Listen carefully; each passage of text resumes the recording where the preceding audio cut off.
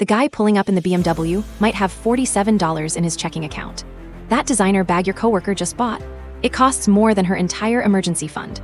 The guy at the bar bragging about his investment portfolio has more credit card debt than actual investments.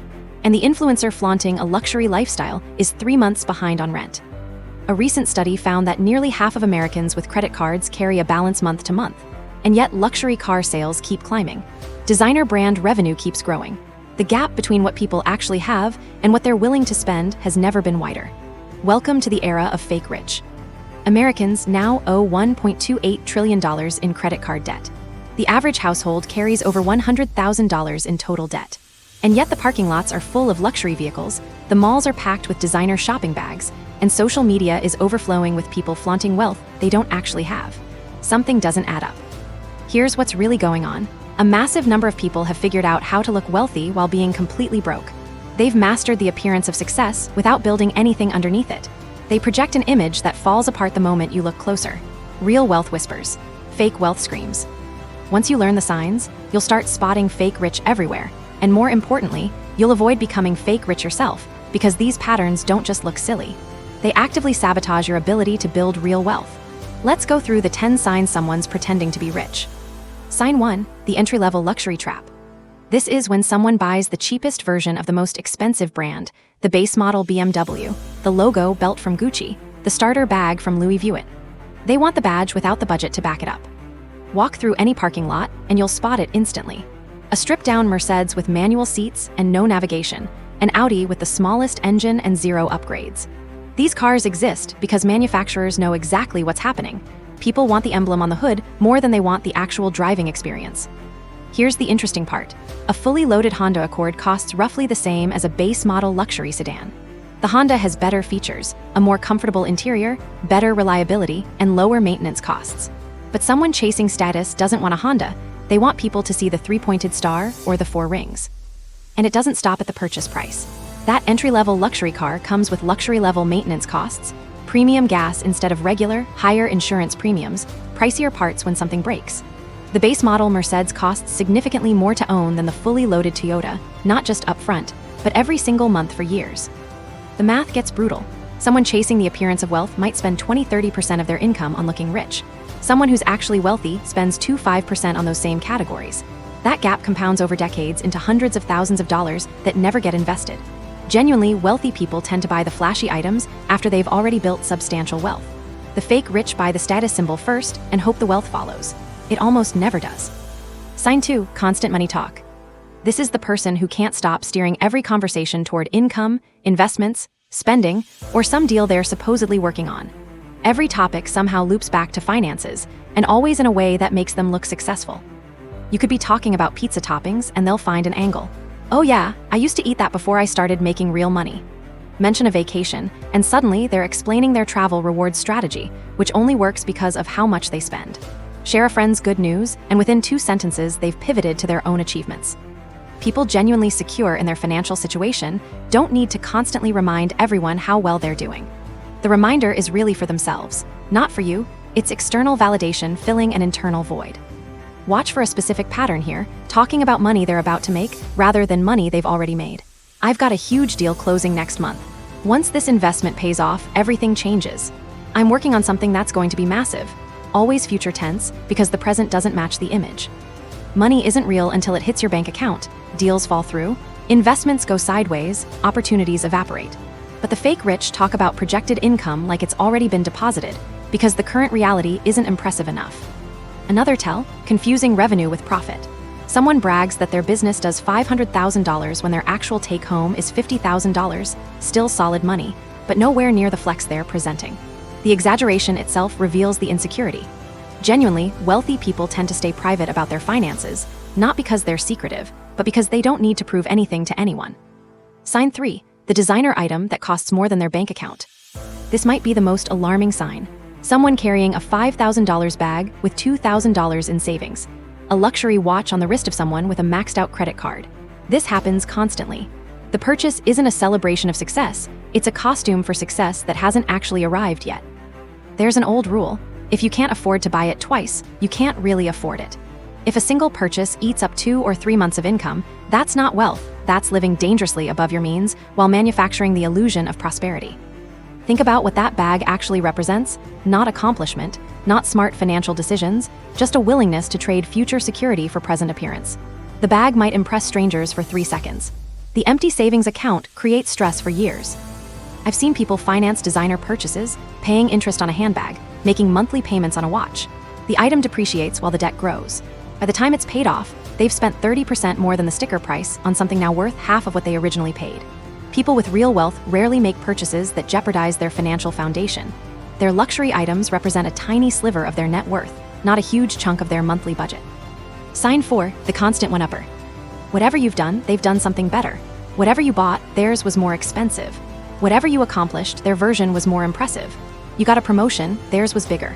You went on a nice vacation, they spent 2 weeks in the south of France flying business class. You bought a new watch, they explain why theirs has a superior mechanical movement, and you can apparently hear the difference in how the second hand ticks. Picture this at a dinner party. Someone shares that they just closed on their first home. Before anyone can even congratulate them, the one-upper jumps in: "That's great, but you really should have waited for something bigger. When I bought my first place, I made sure it had at least 4 bedrooms, because anything smaller doesn't appreciate as well." The excitement drains out of the room instantly. The person who just achieved something meaningful suddenly feels small. Or at work, you land a new client and mention it in passing. The one-upper immediately pivots to the bigger client they landed last quarter, the commission they made, the dinner their CEO bought them to celebrate. Your win disappears into their need to dominate. This isn't normal conversation, it's competition. Every interaction becomes a contest they have to win. The psychology is transparent. One-upping comes from insecurity, not confidence. Someone genuinely successful can celebrate your wins without feeling threatened. Their self-worth doesn't hinge on being superior in every single exchange. People pretending to be rich feel threatened by any success that isn't their own. Your good news somehow diminishes them, so they reflexively shrink your achievement while inflating theirs. Real wealth lets someone be genuinely happy for others. Fake wealth demands constant comparison and conquest. Sign 5, social media performance. This is the perfectly curated feed of luxury trips, expensive purchases, and lifestyle content, all designed to project wealth whether or not that wealth actually exists. If someone's money is real, they don't need to document every single moment for strangers online. But for the fake rich, wealth only exists once it's validated by likes and comments. The experience isn't complete until it's posted. The purchase isn't satisfying until other people have seen it. Here's the uncomfortable truth about social media. Showing off gets more engagement than showing discipline. A "spend $1,000 at the mall with me" video will outperform "watch me add $1,000 to my emergency fund" every time. One feels aspirational, the other feels boring. That creates a perverse incentive. People learn that projecting wealth generates attention regardless of whether the wealth is real, so they perform prosperity while building nothing behind it. Nobody posts themselves doing the dishes. Nobody films their budgeting spreadsheet sessions. Nobody shares the 16 hours they spent at home on a Saturday because they were saving money. Social media shows the highlights, not the reality, but the fake rich need you to believe the highlights are their everyday existence. Watch for fake engagement too. Some accounts have millions of followers, but comment sections full of bot accounts repeating the same generic phrases. They're buying the appearance of influence to support the appearance of wealth, layers of fabrication stacked on top of each other. Meanwhile, genuinely wealthy people often keep a minimal social media presence. They don't need the validation, and they definitely don't need strangers knowing their financial business. Sign 6, leasing luxury cars. This one deserves its own category, because it's become so normalized that people don't even register it as a red flag anymore. When you lease a vehicle, you're paying for its steepest depreciation years, the most expensive stretch of a car's life, and then handing it back. The dealer estimates what the car will be worth at lease end, and you pay the gap between the purchase price and that residual value, plus interest, taxes, and fees. A $50,000 car worth $30,000 after 3 years means you're essentially financing $20,000 of depreciation plus interest. Then you return it and start over with a brand new lease, paying fresh fees and fresh depreciation all over again. This cycle never stops. Lease, return, perpetual payments, zero equity forever. Someone who leases continuously for 20 years has made hundreds of thousands of dollars in payments and owns absolutely nothing at the end of it. Leasing is one of the most expensive ways to have a car over a lifetime, but it lets people afford the monthly payment on cars they could never actually buy outright. That's the entire appeal. The person driving the leased luxury sedan looks successful. The payment fits their monthly budget. What you don't see is that they're building zero equity, paying premium insurance rates, and locking themselves into endless payments with nothing to show at the end. If someone genuinely wants a luxury car for reasons beyond status, buying used makes far more financial sense. But buying used doesn't come with that new car smell and pristine badge that fake rich requires. Sign 7, counterfeit goods. If someone's carrying fake designer items, they're literally advertising that they're pretending to be something they're not. People who actually know luxury goods can spot a counterfeit across the room. The stitching's off, the leather quality's different, the logo placement is slightly wrong, the hardware feels cheap. To anyone paying attention, everything about it screams imitation. Here's the irony. Counterfeit goods aren't even that cheap. A decent knockoff bag can run $200, $300. For that same money, you could buy a genuinely well-made bag from a brand that isn't pretending to be someone else. Real leather, solid construction, an original design, just without the famous logo. But that's not what the fake rich actually want. They don't care about quality or craftsmanship. They care about the perception that comes with the logo. So they'll pay $200 for a poorly made fake instead of $200 for a well-made original, purely because the fake has a name people recognize. Some people claim they just like the design and aren't trying to fool anyone. But if that were true, why pick a knockoff of a specific brand at all? Why not buy something original and well-made from a company you can actually afford? The brand choice gives away the real motivation. It's about the logo, not the design. Counterfeits deliver neither status nor quality. The people you're trying to impress can usually tell it's fake, and the item itself is poorly made. You've spent money to carry around evidence of your own pretending. Sign 8, constantly promoting get-rich-quick opportunities. Not the obvious scams, those are easy to spot. This is about the slightly faster than normal schemes that sound almost plausible. This Forex trading, dropshipping, crypto day trading, option strategies, multi-level marketing, infinite banking. Some revolutionary system that's going to change everything if you just get in now. This process helps Only a tiny fraction of people ever succeed at these things. The vast majority lose money. But the fake rich love talking about these opportunities because they exist entirely in the future tense.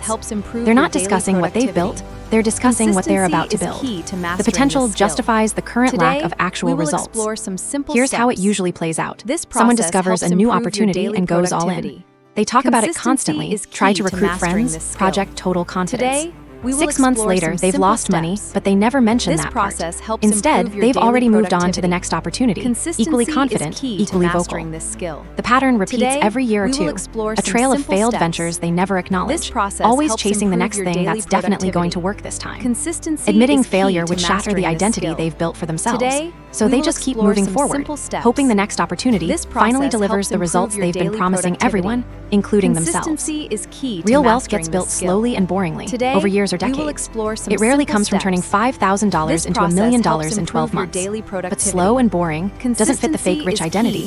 They need something dramatic happening, even if that something only exists in their projections. When someone can't stop talking about their next big opportunity, it's a pretty good sign their current one isn't actually delivering what they claim. Sign 9, condescending money advice. This is different from one-upping. This person actively criticizes your financial choices and tells you what you should be doing instead. You mention you're happy in your apartment. They say you should have upgraded by now given your income. You're driving a reliable used car. They question why you haven't financed something newer.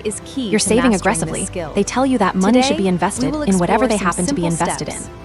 The advice is always unsolicited, and it always points toward whatever choices they've personally made, regardless of whether those choices actually fit your situation.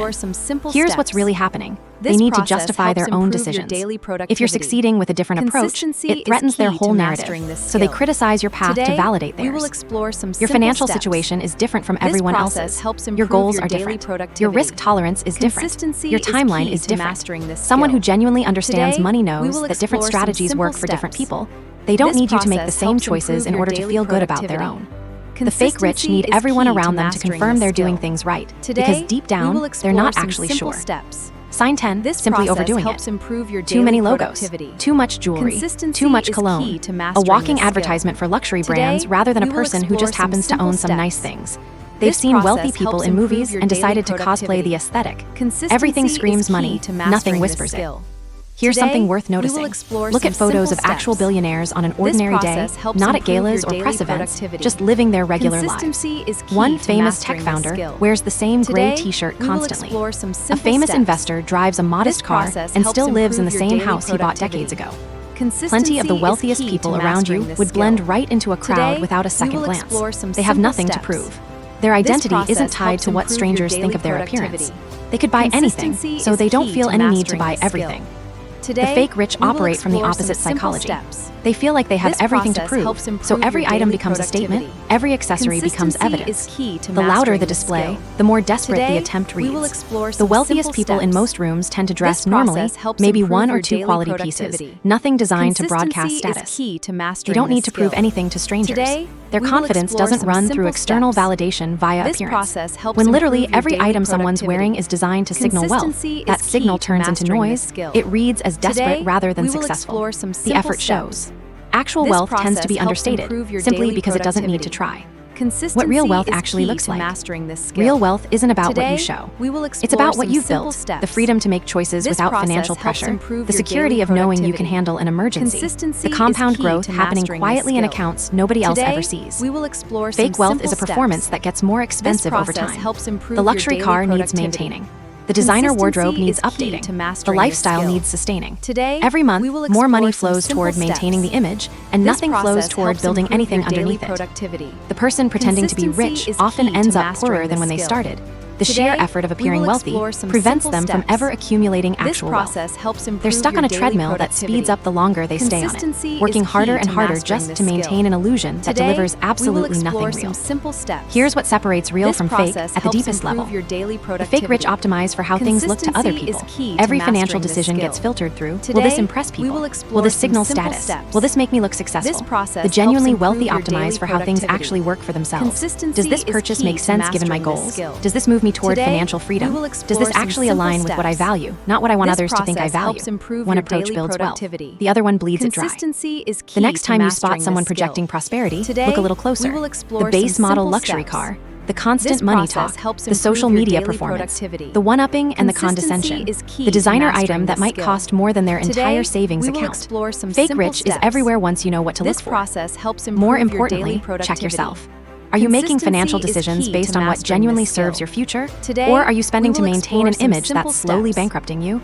Real wealth whispers. It doesn't need anyone to notice. It doesn't require validation. It exists whether or not anyone else ever sees it. The goal isn't to look rich. The goal is to actually be rich. One path is expensive, exhausting, and leads nowhere. The other builds quietly until one day you realize you've got options that most people only ever pretend to have. Choose carefully. Choose carefully.